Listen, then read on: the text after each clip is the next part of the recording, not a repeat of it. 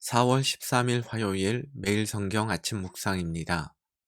오늘의 본문은 출애굽기 4장 18절에서 31절 말씀입니다. 먼저 18절에서 23절 말씀을 보겠습니다. 모세가 그의 장인 이드로에게 돌아가서 그에게 이르되 내가 애굽에 있는 내 형제들에게로 돌아가서 그들이 아직 살아있는지 알아보려 하오니 나로 가게 하소서. 이드로가 모세에게 평안히 가라 하니라.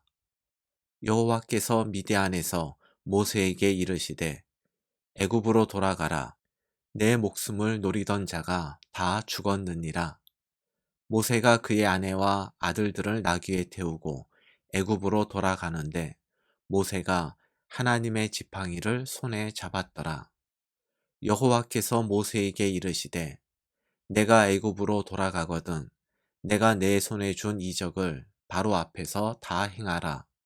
그러나 내가 그의 마음을 완악하게 한즉 그가 백성을 보내주지 아니하리니 너는 바로에게 이르기를 여호와의 말씀에 이스라엘은 내 아들 내 장자라. 내가 내게 이르기를 내 아들을 보내주어 나를 섬기게 하라 하여도 내가 보내주기를 거절하니 내가 내 아들 내 장자를 죽이리라 하셨다 하라 하시니라. 오늘은 평소와 다르게 진행하려 합니다. 단락별 묵상이 아니라 오늘 본문을 읽는 사람이면 누구나 갖게 될 질문 두 가지를 생각해 보겠습니다. 21절을 보면 하나님께서 바로의 마음을 완악하게 하셔서 바로가 이스라엘 백성의 출애굽을 거절할 것이라고 말씀하십니다. 이 말씀을 그대로 받아들이면 어떤 문제가 생길까요? 하나님은 바로의 마음을 완악하게 하신 다음 이스라엘의 출애굽을 위해서 애굽에 10가지 재앙을 내리십니다. 이는 마치 하나님이 바로에게 나쁜 일을 시키고 그 나쁜 일 때문에 바로에게 벌을 주는 것과 비슷합니다. 이것이 사실이라면 바로와 애굽을 향한 하나님의 징계와 심판은 부당한 징계와 심판이 되는데 이것은 거룩하고 의로운 하나님의 성품에 합당하지 않습니다. 그래서 우리는 21절의 의미를 바르게 아는 것이 중요합니다. 하나님이 바로의 마음을 완악하게 하셨다는 말씀은 원래부터 악했던 바로가 악하게 행동하는 것을 하나님께서 내버려 두셨다라는 뜻입니다. 그리고 그 악행을 거듭한 결과 바로는 하나님의 엄중한 심판과 징계를 받게 됩니다. 우리는 이것을 하나님의 유기의 심판이라 말합니다. 하지만 하나님의 능력이라면 처음부터 바로의 악행을 꺾고 이스라엘의 출애굽을 이루실 수도 있었을 텐데 왜 그렇게 하지 않으셨을까요? 하나님은 7번째 재앙을 내리시기 전에 모세를 통해서 바로에게 재앙을 내리시는 이유를 이렇게 말씀하셨습니다. 출애굽기 9장 15절 16절입니다. 내가 손을 펴서 돌림병으로 너와 내 백성을 쳤더라면 내가 세상에서 끊어졌을 것이나 내가 너를 세웠음은 나의 능력을 네게 보이고 내 이름이 온 천하에 전파되게 하려 하였음이니라. 전염병으로 애굽 전체를 진멸할 수도 있으나 하나님은 그렇게 하지 않으셨습니다. 그것은 하나님을 무시하는 바로에게 하나님의 능력을 알게 하고 또 하나님의 이름을 온 천하에 전파하기 위함이었습니다.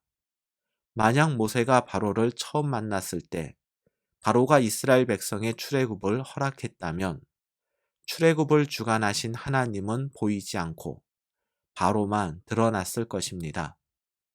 출애굽한 이스라엘 백성들도 하나님을 찬양하기보다는 자신들의 출애굽을 기꺼이 허락한 바로의 너그러움을 찬양했을 것입니다. 흑암이 깊을수록 밤하늘에 별이 빛나듯 세상이 악하면 악할수록 하나님의 선하심과 능력이 밝히 드러나 많은 사람들이 살아계신 하나님을 알게 될 것입니다. 이를 위해서 하나님은 때로 악인의 악함을 내버려 두실 때가 있습니다. 그렇기 때문에 우리는 변하지 않는 세상에 낙심하지 말고 하나님이 내게 맡기신 사명에 최선을 다해야 합니다. 두 번째로 24절에서 26절 말씀을 보겠습니다. 모세가 길을 가다가 숙소에 있을 때에 여호와께서 그를 만나사 그를 죽이려 하신지라. 십보라가 돌칼을 가져다가 그의 아들의 포피를 베어 그의 발에 갖다 대며 이르되 당신은 참으로 내게 피남편이로다 하니 여호와께서 그를 놓아 주시니라. 그때의 십보라가 피남편이라 함은 할례 때문이었더라. 24절을 보면 하나님의 부르심에 순종하여 가족과 함께 애굽으로 떠나는 모세를 하나님이 죽이려 하십니다. 그 이유가 무엇일까요? 25절과 26절을 보면 모세의 아내 십보라가 아들에게 할례를 행함으로 모세를 살립니다. 자식에게 할례를 행하지 않은 것이 얼마나 큰 잘못이기에 하나님은 하나님의 부르심에 따라 애굽을 향하는 모세를 죽이려 하셨을까요?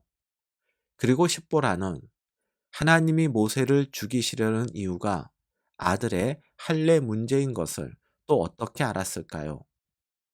하나님은 아브라함에게 할례 언약을 맺으시면서 이렇게 말씀하셨습니다.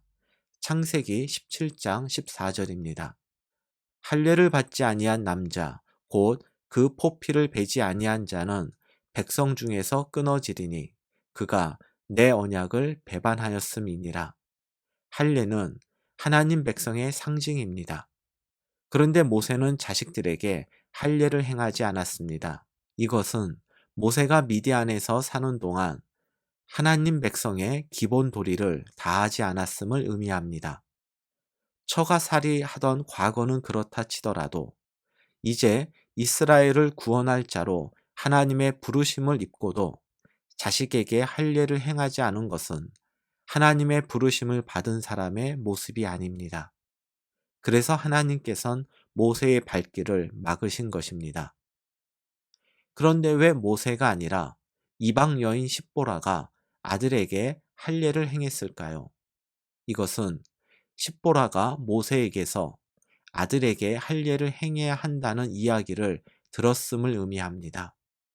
하지만 미디안 출신인 십보라, 특히 미디안의 제사장이던 장인 이드로는 할례의 의미를 알지 못했기 때문에 할례를 반대했을 것입니다.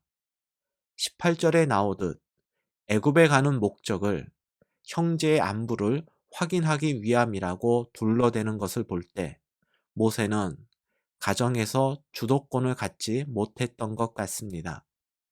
이러한 상황을 고려할 때 모세가 아들의 할례를 행하지 못한 것은 아내와 장인의 반대를 모세가 물리치지 못했기 때문일 것입니다. 우리는 보통 하나님의 부르심을 받은 사명자에게 제일 먼저 요구되는 것이 사명의 완수라 생각합니다. 그러나 오늘 본문 속에서 하나님이 모세에게 아들의 할례를 요구하신 것을 볼 때 하나님께서 사명자에게 제일 먼저 원하시는 것은 하나님의 부르심과 그 사명에 합당한 삶의 변화입니다. 모세에게 있어서는 가족의 반대로 행하지 못한 아들의 할례입니다. 모세의 사명은 이스라엘 백성들을 애굽에서 이끌어내는 것만이 아니었습니다. 애굽을 나와서 이스라엘 백성들이 하나님을 섬기고 예배하도록 이끄는 것, 여기까지가 모세의 사명이었습니다. 그런 사명을 받은 사람이 하나님 백성의 기본 의무인 할례를 행하지 않고 어떻게 백성들을 예배와 섬김의 자리로 이끌 수 있겠습니까? 사도행전 1장 1절과 2절입니다. 데오빌로여, 내가 먼저 쓴 글에는 무릇 예수께서 행하시며 가르치시기를 시작하신부터 그가 택하신 사도들에게 성령으로 명하시고 승천하신 날까지의 일을 기록하였노라. 예수님께서도 가르치시기 전에 먼저 행하셨습니다. 하나님의 부르심을 받기 원하십니까? 하나님께 받은 사명이 있습니까? 사명 완수를 위해서도 기도해야 하지만 그보다 먼저 하나님의 부르심과 사명에 합당한 삶을 살아낼 실력 갖추기를 우리는 노력하고 기도해야 합니다. 그렇게 사명에 합당한 삶을 살아가는 것이 사명 완수의 출발점입니다. 큰 집에는 금그릇과 은그릇뿐 아니라 나무 그릇과 질그릇도 있어 귀하게 쓰는 것도 있고 천하게 쓰는 것도 있나니 그러므로 누구든지 이런 것에서 자기를 깨끗하게 하면 귀히 쓰는 그릇이 되어 거룩하고 주인의 쓰심에 합당하며 모든 선한 일에 준비함이 되리라.